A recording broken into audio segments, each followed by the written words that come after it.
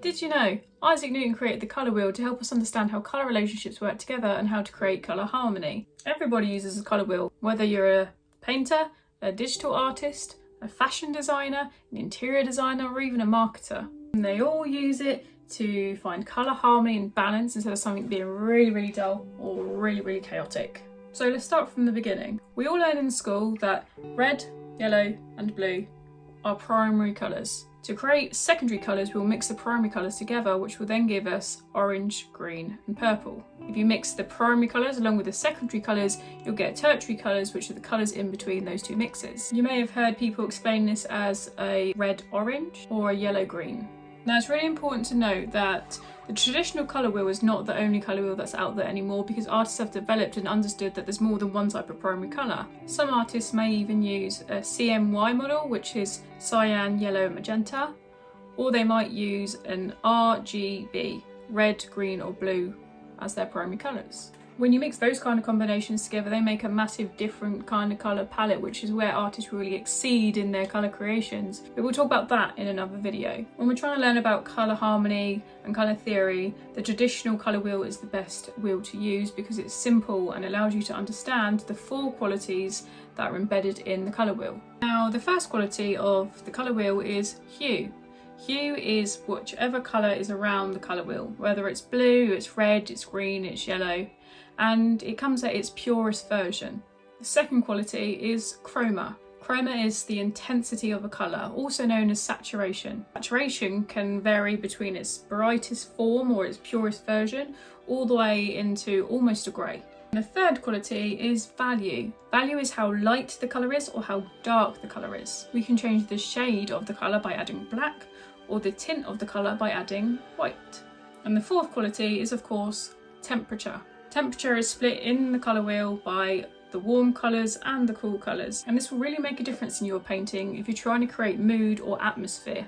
Now let's talk about colour harmony. Colour harmony to me is the most exciting part of your entire process in picking your colours, because that's what's going to bring your marketing idea or your painting idea or your interior designing idea to life. It's going to give it the feel and the character that you want it to, so picking them is quite important. So here is an example of 6 different colour harmonies. They can be singular, they can be opposite each other, they can be in a square, a triangle or grouped together. Let's think about an artist, Vincent van Gogh.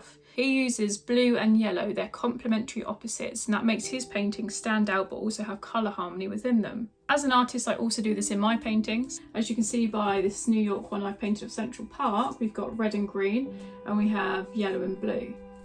Again, in another one of my paintings, as you can see from the front here, I've got a range of blues and orange and greens and reds next to each other, which will pick up throughout the painting to keep that harmonious balance throughout. And also one of my other paintings, which is a lot of purple and blues and yellows and reds going on, which are all opposites and complementary to one another. And even Disney and Pixar use this, like this Inside Out example. You've got red and green next to each other and you've got yellow and blue next to each other, and it allows you to have vibrancy whilst things aren't too chaotic. So I just want to leave you with something that you can go away and try yourself. I think decreasing the saturation when you're a painter is incredibly important, because they actually are friends way better than if you're a completely saturated colour. Let me show you what I mean. So if I take my blue here and I take the complementary opposite, and then let's say I want maybe a red and the red's complementary opposite. Now these colours will look great depending on what kind of artist that you are, but I'm a landscape artist and a realism landscape artist. So if I took my blue again and I just completely decreased the saturation, and how you do that is by using the complementary opposite itself. So you can just drag this all the way in to the middle, and then let's try again. My blue, yellow, let's go back over to the red, bring the red in, and the blue. Like, they sit so much more comfortably on the palette. What a lot of artists do is they use the surrounding colours in their painting to create interest. So if I say I want something that is kind of red and I'm just adjusting this ever so slightly, you can just travel so far with it. And it just looks nice.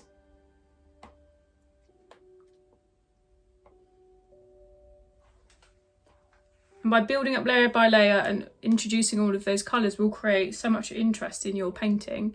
But get familiar with the colour wheel and understand what colours make which and how to desaturate a colour or increase the saturation, how to adjust its values, and that's how you're going to become one step closer to being a better artist.